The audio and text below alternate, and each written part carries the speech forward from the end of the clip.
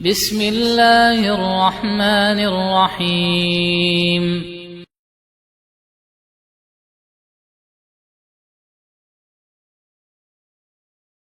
Kata Syekh Bakar bin Abdullah Abu Zaid rahimahullahu ta'ala dalam Hilyatul Talibil Ilmi, kun ala jadatis salafis salih, hendaklah engkau berada di atas jalan generasi as-salafus salih, generasi Rasulullah SAW dan para sahabat.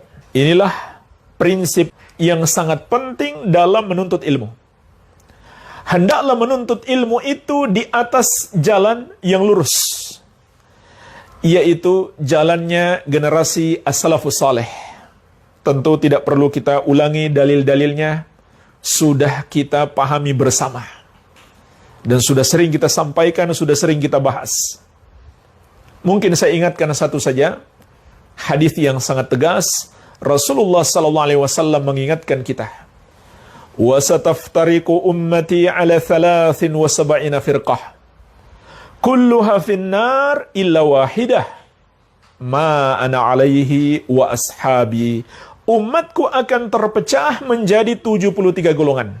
Semuanya di neraka kecuali satu.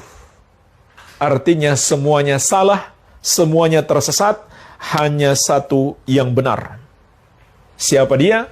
Ma ana alaihi wa ashabi, yang mengikuti aku dan para sahabatku, kata Nabi sallallahu alaihi wa ala alihi wasallam. Dan faktanya jemaah sekalian, orang yang mengikuti jalan-jalan yang menyimpang itu, mereka juga mengklaim sedang menuntut ilmu kepada orang-orang yang mereka anggap ulamanya, padahal mereka sedang meniti jalan kesesatan. Oleh karena itu, sahabat yang mulia Ali bin Abi Thalib radhiyallahu anhu memiliki sebuah wasiat yang terkenal, disebutkan oleh Imam Ibnul Qayyim rahimahullah. Di antara wasiat beliau, an-nasu thalathatun, manusia itu ada 3 macam. Manusia itu ada 3 macam. Fa'alimun rabbaniyun.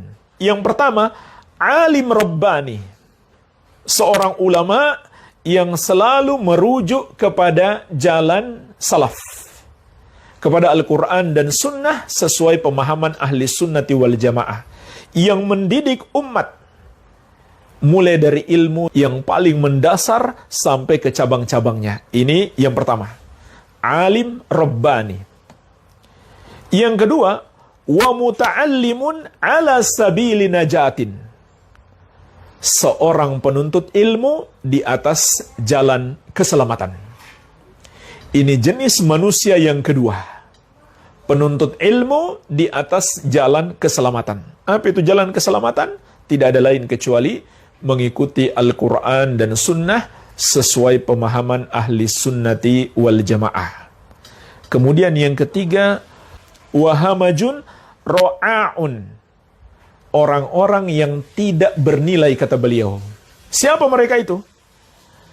Atba'u kulli na'iq, para pengikut setiap orang yang menyeru, setiap orang yang berbunyi, mereka ikuti.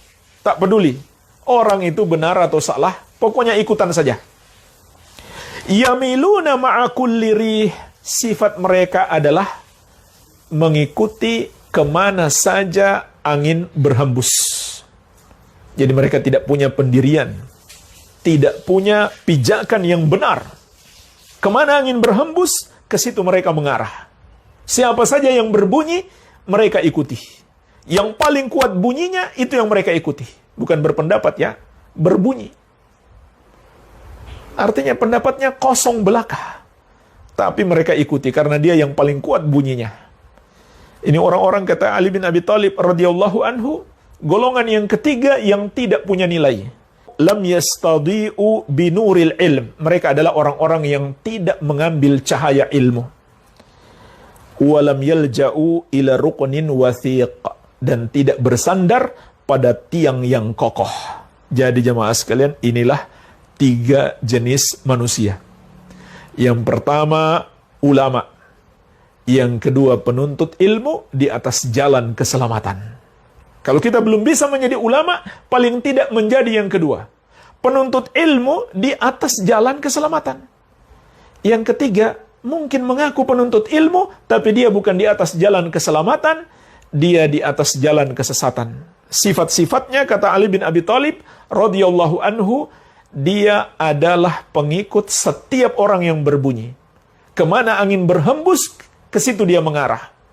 Dia tidak mengambil hidayah dari cahaya ilmu.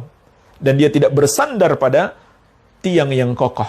Artinya dia tidak punya pijakan dalil. Tidak punya manhaj yang lurus.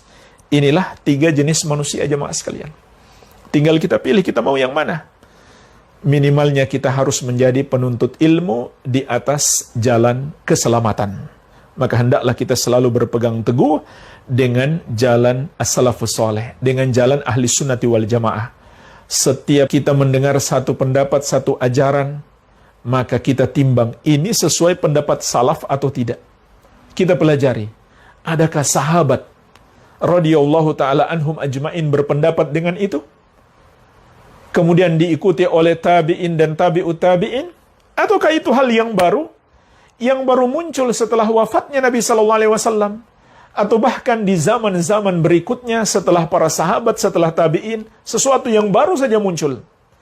Maka jemaah sekalian, ini cara beragama yang menyelamatkan kita dari berbagai macam kesesatan. Selalu mengikuti jalan generasi as-salaf.